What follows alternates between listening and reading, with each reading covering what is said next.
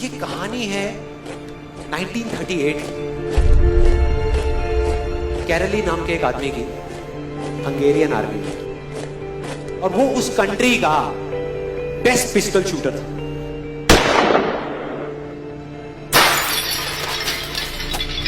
जितनी भी national championships हुई थी उस कंट्री में, उसको वो जीत चुका था। और सबको ऑलमोस्ट कंफर्म था कि 1940s में जो ओलंपिक्स होने वाले हैं उसमें गोल्ड मेडल कैरली को ही मिलेगा। और उसने सालों से ट्रेनिंग करी थी। उसका एक ही सपना था, एक ही फोकस था कि मुझे अपने इस हाथ को दुनिया का बेस्ट शूटिंग हैंड बनाना है, बेस्ट बनाना है, बेस्ट बनाना है। और वो कामयाब हो गया, उसने बना लिया बेस्ट शूटिंग हैंड। सिर्फ 2 साल का फर्क था। 1938 में एक आर्मी का ट्रेनिंग कैंप चल रहा था। क्योंकि वो आर्मी में था तो एक एक्सीडेंट हो गया। उसके उसी हाथ में जिससे उसने गोल्ड मेडल जीतना था, उसमें एक हैंड ग्रेनेड फट गया और वो हाथ चला गया।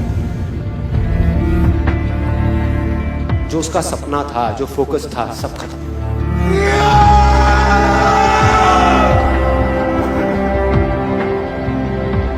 उसके पास 2 रास्ते थे। एक तो ये कि वो बाकी की पूरी जिंदगी रोता रहे और कहीं जा करके छुप जाए,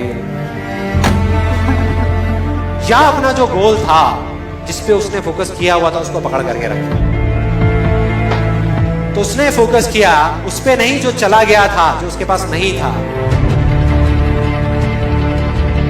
उसने फोकस किया उस पे जो उसके पास था।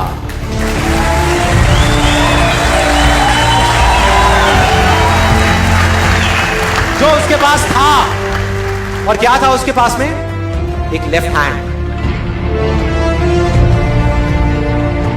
एक ऐसा हाथ जिससे वो लिख तक नहीं सकता था। 1 महीने तक उसका हॉस्पिटल में इलाज चला इस हाथ के लिए, और सही 1 महीने बाद अपनी ट्रेनिंग शुरू करती इस हाथ की।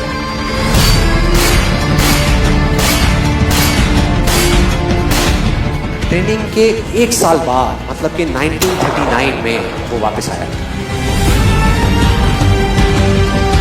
नेशनल चैंपियनशिप्स हो रही थी वहीं पे हंगरी में, और बाकी भी बहुत सारे पिस्टल शूटर्स थे वहां पे।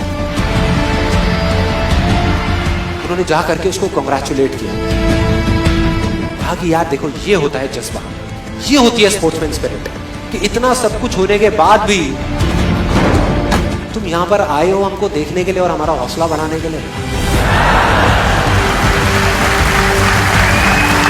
किसी को नहीं पता था कि वो 1 साल से अपनी ट्रेनिंग कर रहा था लेफ्ट हैंड की।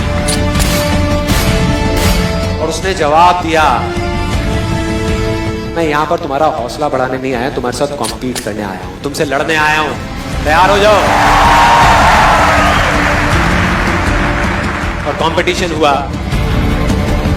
बाकी सब वहां पर जितने भी लोग थे वो कॉम्पीट कर रहे थे अपने बेस्ट हैंड से। ये कॉम्पीट कर रहा था अपने ओनली हैंड से, ओनली हैंड से। कौन जीता? The man with the only hand, Kairali जीत गया। लेकिन वो यहां नहीं रुका। उसका गोल क्लियर था कि मुझे इस हाथ को इस कंट्री का नहीं, इस पूरी दुनिया का बेस्ट शूटिंग हैंड बनाना है। उसने अपना सारा फोकस उठा करके डाला 1940 पे, जब ओलंपिक्स होने वाले थे। लेकिन 1940s के ओलंपिक्स कैंसिल हो गए वर्ल्ड वॉर की वजह से।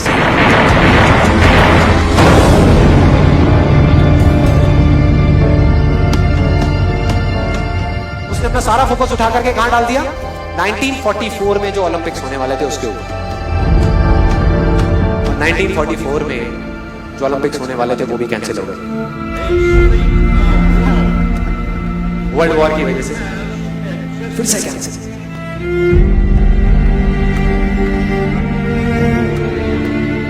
उसने अपना सारा फोकस उठा करके डाल दिया 1948 के ओलंपिक्स में। 1938 में उसकी एज थी 28 साल। 1948 में उसकी एज हो चुकी थी 38 इयर्स। और जो यंगर जो प्लेयर्स आते हैं निकल करके, उनसे कॉम्पीट करना मुश्किल होता चला जाता है। लेकिन मुश्किल नाम का ये वर्ड था ही नहीं उसकी डिक्शनरी में। वो गया, पूरे वर्ल्ड के बेस्ट शूटर्स आए हुए थे जो अपने बेस्ट हैंड से कॉम्पीट कर रहे थे, और ये अपने ओनली हैंड से कॉम्पीट कर रहा था। और कौन जीता? The man with the only hand.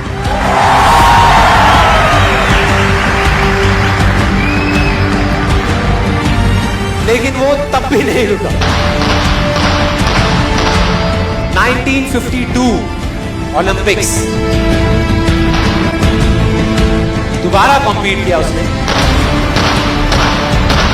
और इस बार गोल्ड मेडल कौन जीता? गैरल लीड।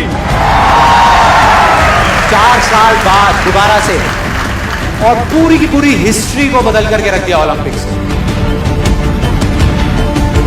इस पर्टिकुलर कंपटीशन में उससे पहले किसी भी एथलीट ने लगातार 2 गोल्ड मेडल्स नहीं जीते।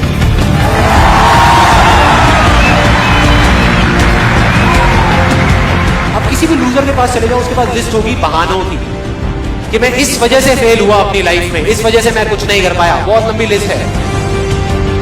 दूसरी तरफ विनर के पास चले जाओ, उसके पास में 1000 वजह होगी वो ना करने की जो वो करना चाहता है, सिर्फ एक वजह होगी वो करने की जो वो करना चाहता है, और वो कर जाएगा।